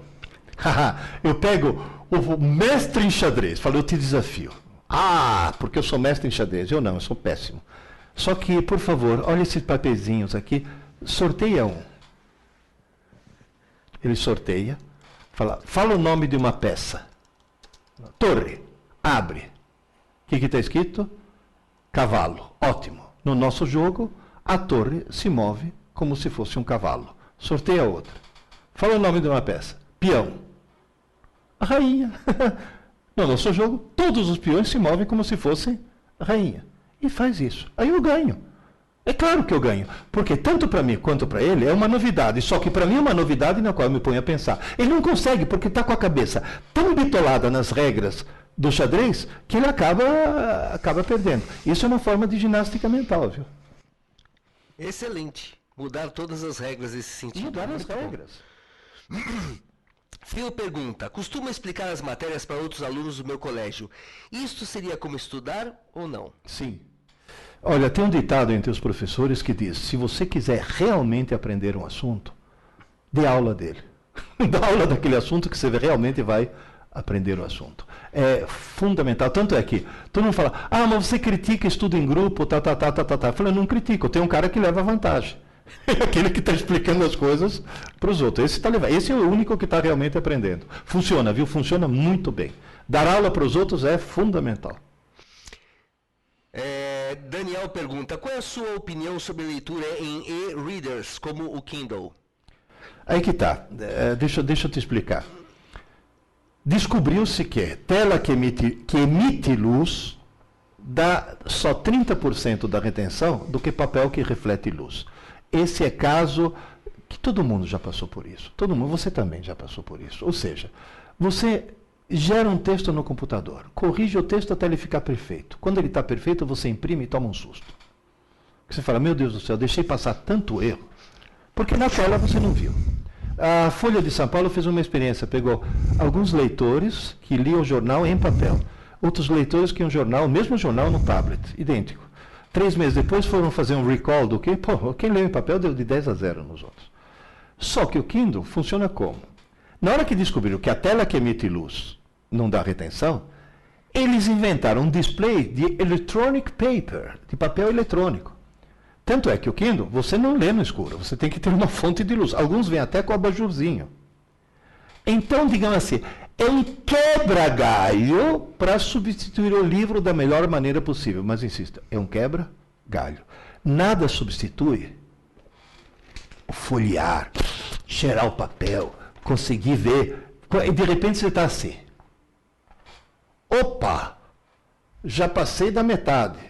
Do Kindle, você nunca vai saber se você já passou ou não da metade, porque a espessura dele é exatamente a mesma. Olha, opinião minha. É lógico, você está no avião com aquele crônicas de guerra, de fogo e de gelo, um negócio desse tamanho. Se você levar o livro a bordo, você paga excesso de bagagem. Então você vai levar o Kindle para no avião você poder ler. Tem essa facilidade. Mas se você está em casa, é livro mesmo. Isso que funciona.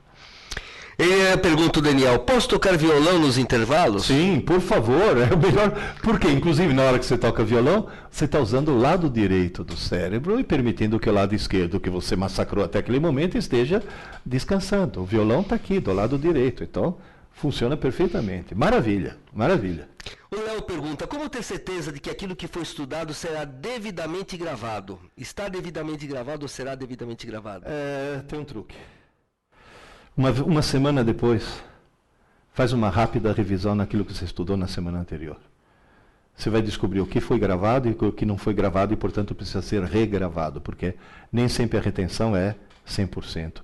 E existe um fenômeno estranhíssimo chamado canibalização de redes neurais. Deixa eu explicar. Você aprendeu alguma coisa, criou uma rede neural. Se ela não for usada durante um certo tempo, a rede neural adjacente que está se criando vê um monte de neurônios parados, fala, opa, e toma. Na hora que toma, aquele assunto acaba sendo esquecido. Então é bom sempre fazer, uma semana depois, fazer uma revisãozinha.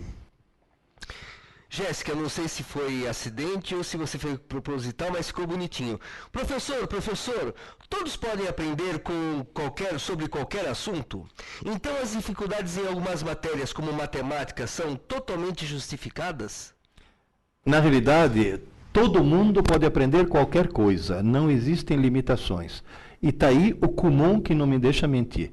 O Kumon, na hora que alguém tem dificuldade, por exemplo, em matemática, o cara vai fazer Kumon e descobre que simplesmente ele aprende tranquilamente. Qual é a técnica?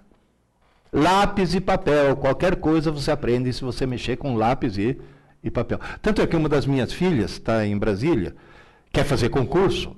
Ô pai, eu tenho um problema em matemática, você que conhece o pessoal do Kumon, não podia pedir para eles para fazer um curso de Kumon pela internet? E falei, filha, mas a essência do Kumon é o lápis e o papel, como que vai fazer pela internet? O cara tem que escrever, não adianta. Não. Kaline pergunta, nossa, acho que Kaline, eu sei em parte a resposta dessa pergunta. Algum tipo de exercício para estimular o cérebro? Vários exercícios para estimular o cérebro, como alguém já disse aí, jogos de estratégia, xadrez, damas, palavras cruzadas é uma coisa assim importantíssima. Outra coisa, entra na internet, no Google, e procura IQ, quer dizer, IQ, Test Non-Verbal. Testes não verbais de QI. Você vai encontrar um monte. Começa a fazer. Uma pela curiosidade de você, vou ver o quanto eu sou inteligente, mas não. Outra, porque quanto mais você fizer esses testes, mais você acaba se tornando mais inteligente, porque a cada teste que você resolve, é uma rede neural nova que você está ativando. É uma coisa assim fantástica. Então, na realidade, existem 1000 coisas que você pode fazer, mas a principal qual que é? Leitura. Ler muito, nem que seja para ler Júlia, Bianca, Sabrina, Crepúsculo, essas coisas horrorosas, mas pelo amor de Deus, leia. Isso é fundamental. Desculpa. Daniel pergunta, como a revisão deve ser feita? Deve ser escrita como período de estudo, lápis e papel? Lápis e papel. Obviamente sendo cada vez mais sintético, porque aí cada vez você vai pegar a essência da essência da essência, né? O Luiz, se bem que já respondeu ela, mas eu vou repassar essa pergunta. Estou aprendendo um novo idioma, o Luiz pergunta. Existe uma maneira especial para estudar em um novo idioma com mais eficiência? Sim, aquilo que eu falei. Assista um filme com o idioma original e a legenda no idioma original. Isso é importantíssimo. Tem gente que fala, mas aí eu não vou entender nada. Então faz uma coisa. Assiste o filme dublado. Você vai entender tudo. E depois, 3 ou 4 meses depois, faz isso que eu falei. Assista de novo com o idioma original e legenda no original. O enredo você já sabe. E aí você vai contextualizando e você vai acabar aprendendo dessa forma. Essa é a maneira com a qual a criança aprende o idioma. Ou seja, contextualizando. É a única maneira que você tem de realmente aprender. Eu vou te confessar uma coisa. Eu sempre falo que eu falo inglês. Mentira. Eu falo inglês muito mal. Por quê? Porque eu aprendi inglês lendo. Eu leio e escrevo com muita fluência. Só que na hora de falar, não sei como pronunciar a bendita da palavra, que eles têm umas regras malucas. Mas, na realidade, eu aprendi lendo. E lendo o quê? Ficção científica, Isaac Asimov. Eu queria saber o fim da história. Eu li 3, 4, 5 volumes deles em português. O 6º, que contava o fim da história, acabou de ser lançado. Eu estava em Nova York, vi nas vitrines, falei, comprei.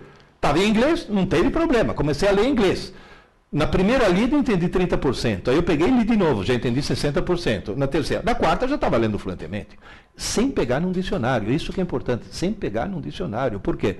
Porque contextualizando você vai acabar entendendo o significado das palavras.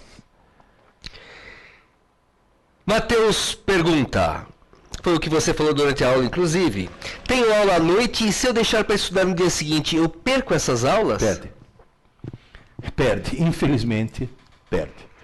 Então, na realidade, é melhor você perder meia hora de sono, acordar meia hora mais tarde se puder, ou coisa desse tipo, mas tem que ser Na aula que você teve à noite, aquela aula vai ter que ser estudada na mesma noite, com papel e lápis. Isso sinto muito, o cérebro humano exige isso. Não fui eu que inventei isso, é o cérebro. O Júnior pergunta, tenho dificuldade em me concentrar em leituras de novos conteúdos na faculdade. Tenho que ler várias vezes até entender para posteriormente passar a estudar. Como posso ganhar tempo nesse processo? Veja bem, duas coisas. Primeiro, se você tem dificuldade em interpretar aquilo que está escrito, isso provavelmente você não é um leitor. Então, paralelamente, você vai ter que usar como forma de lazer a leitura. Desliga o videogame, desliga a televisão, desliga um monte de coisas e ler livros, muitos livros. Isso é um trabalho a médio e longo prazo paralelo. Agora, a curto prazo qualquer, se você tem dificuldade em se concentrar e entender, o que você faz? Escreva. Na hora que você está lendo, pega as palavras-chave, as palavras que você não entendeu, escreva. Palavras desconhecidas, escreva, porque depois você consultar no dicionário. Mas o ato de escrever, ninguém consegue perder a concentração enquanto está escrevendo. Só se for um médium que está psicografando, porque se você está escrevendo, você é obrigado a se concentrar naquilo que você está escrevendo. É a melhor maneira de manter a concentração. Davi pergunta, existem registros de crianças com nível de inteligência acima do normal. Como se posicionar sobre isso, entendendo que a inteligência não é genética? Eu vou te dar apenas um exemplo. Há 40 anos atrás, uma revista francesa de divulgação científica chamada La Recherche, uma espécie de Scientific American francesa, publicou um artigo dizendo que astronomia é ciência, astrologia é superstição. A Associação dos Astrólogos Franceses processou a revista, dizendo que eles estavam difamando a astrologia. A revista, para se defender, fez o quê? Contratou um instituto de pesquisa e pesquisaram uma quantidade enorme de pessoas em termos de inteligência, profissão, talento, vocação, blá, blá, blá, uma série de fatores. E tabularam em função do signo para ver no que cada signo sobressaía. Deu a mesma média em todos, menos no nível de inteligência.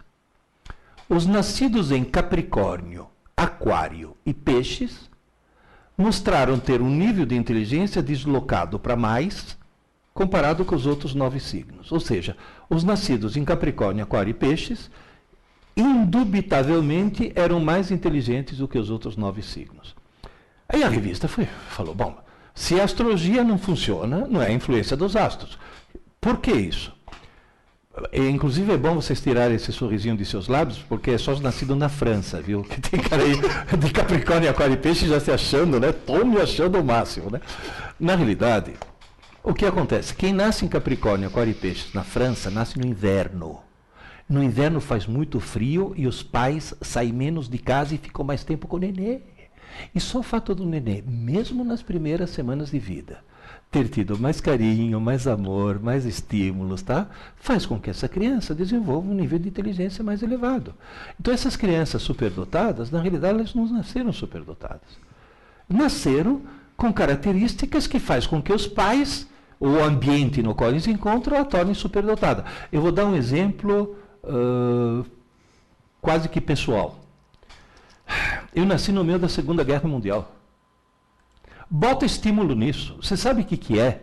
No meio da noite, alguém te tirar do berço, e eu me lembro disso, te embrulhar num roupão e descer correndo as escadas e entrar num porão porque estavam bombardeando a cidade. Várias vezes isso já me aconteceu.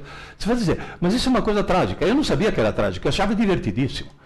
Aquela barulheira toda eu achava uma coisa divertidíssima. E esses estímulos adicionais fazem com que, de repente, teu cérebro se desenvolva um pouco mais. E outra coisa que é muito engraçada, que eu discuto no meu livro azul, é o que é genético não é inteligência. Sabe o que é genético? O nível de curiosidade. Se a criança nasce muito curiosa, e se essa curiosidade está num ambiente que essa curiosidade for satisfeita, essa criança vai lá para cima. E não é superdotação genética, é o meio ambiente, né? Professor, comprei todos os seus livros e li todos. Não sou professor, mas gostei muito do Ensinando Inteligência. E agora estou esperando chegar em inteligência em concursos. Parabéns. Oh, obrigado. E eu ensinando inteligência, acho que você gostou por uma razão.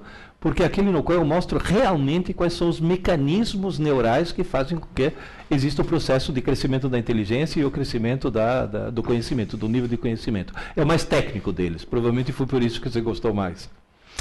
O Daniel pergunta, o papel onde escrevemos a matéria que estudamos deve ser jogado fora? Olha, pode ser jogado fora até. Porque eu, por exemplo, estudava, sabe como? Com uma lousa. Com um giz, escrevia na lousa. Resolvia meus problemas de matemática na lousa. Fazia meus resumos na lousa. Depois eu apagava tudo. Porque desde criança eu descobri que o ato de escrever é justamente aquilo que te torna, que faz com que o conhecimento seja absorvido. É o ato de escrever, não o que está escrito. Agora, respondendo uma pergunta anterior sobre revisões, o que você pode fazer é guardar aquele papel, porque na semana seguinte, quando for fazer uma revisão, você pode fazer revisão no próprio papel que você gerou, né? Ou seja, quer um conselho? Crie suas próprias apostilas, no fundo é isso. A Kaline comenta, quando vou me apresentar em público, o nervosismo prevalece e esqueço tudo. Como controlar o nervoso para que não atrapalhe na minha desenvoltura? Você começa se apresentando em público de uma pessoa. Começa fazendo, por exemplo, uma exibição na frente do espelho. Depois chama a mamãe e fala em público, mas perante tua mãe. Depois chama mais gente e faz o público crescer gradualmente. E aí você vai fazer uma coisa que eu faço. Eu sou um homem extremamente tímido. Então, na hora que você me põe na frente de uma plateia com 200 pessoas, 300 pessoas, eu deveria entrar em pânico. Sabe o que eu faço? Eu esqueço que eu existo. Eu faço de conta que eu sou um fantasma. Eu esqueço da minha existência. As pessoas não estão olhando para mim. Eu estou olhando para as pessoas. Então, tenta um pouco abstrair esse tipo de coisa que você consegue vencer a timidez. A timidez... Agora, se você chegar a falar, ai, eu estou nervosa, vou entrar em pânico, aí você entra em pânico mesmo, tá certo? Então faz essa coisa, vai aumentando a plateia gradualmente até você se acostumar com plateias maiores. E plateias de desconhecidos, porque o grande problema é esse. É quando você se defronta com desconhecido. Eu, nesse momento, estou num problema terrível. Eu estou me defrontando com 20, 30, 40, 50 desconhecidos. E nem sequer tenho a chance de olhar para a cara de vocês para saber se você está sorrindo ou está fazendo cara de bravo. Então, não tenho nem sequer esse feedback. Isso, para alguém que é tímido, é terrível. Pode acreditar. O Tai comenta, sempre estudo escrevendo e acabo escrevendo muito. Aconselho só colocar as palavras-chave ou deixo isso para a revisão? Não. Começa a palavra-chave desde o começo. Não escreva demais, porque aí sim é perda de tempo. Escrever demais é perda de tempo. Escreva só as palavras-chave. Tem algumas meninas, porque isso é uma mania das fêmeas, que tem a mania de fazer aquela canetinha amarela fosforescente. O conselho que eu dou para elas é o seguinte, leia o texto com a canetinha amarela, bem economicamente sublinhando o que é importante. Depois você pega o papel e o lápis e tudo que você sublinhou, escreva. Isso é até uma maneira, digamos assim, dela começar a ser um pouco mais parcimoniosa, um pouco mais econômica. Porque tem gente que fala, vou sublinhar o que é importante, e risca o texto inteiro. Quer dizer, aí não adianta absolutamente nada. Né? Rodrigo pergunta, essa pergunta é difícil, não sei se você vai saber responder. Essa te pegou. Professor, poderia informar qual o tema do 5º livro e qual a previsão de lançamento? O tema do 5º livro, na realidade são 2 livros que estão em canteiro de obras. Tem o volume 5, que é Criando Aulas Inteligentes. É mostrando para as escolas como cada escola pode montar seu próprio sistema de ensino e não ficar escrava dessas palhaçadas comerciais que estão por aí dos chamados sistemas de ensino. Então isso é para ajudar as escolas a consertar um pouco esse sistema educacional que está catastrófico. O outro livro não é o volume 6, é o volume 0. Porque estão me pedindo para fazer livro para criança. Para que criança já comece a fazer a coisa certa desde o começo. É lógico que vai ser um livro colorido, com pouco texto, com muita figura, mas é um livro que hoje de manhã para quem está assistindo ao vivo, um dia de manhã para quem está assistindo ao gravado, eu fiz uma palestra para o 7º ano de uma escola, a Escola Horizontes, perto da Rebouças. Crianças fantásticas. Eu falei, essas crianças têm... E elas usaram o livro azul, aquele livro Aprendendo Inteligência, usaram, tá? Sabiam. Uma delas fez uma apresentação para os pais. Entende? Agora, quanto mais cedo começar, melhor. Aula dada, aula estudada hoje, deveria ser uma coisa para dar no primeiro ano. Eu falo para as mães que têm neném em casa, essa história que o neném precisa de estímulos, eu falo, faz o neném dormir no colo, balançando nesse ritmo. Que dá tempo de falar aula dada, aula estudada, aula dada, aula estudada. Começar o mais cedo possível, né? Pessoal, um beijão para vocês e até a próxima. Vai ter mais aulas dessas.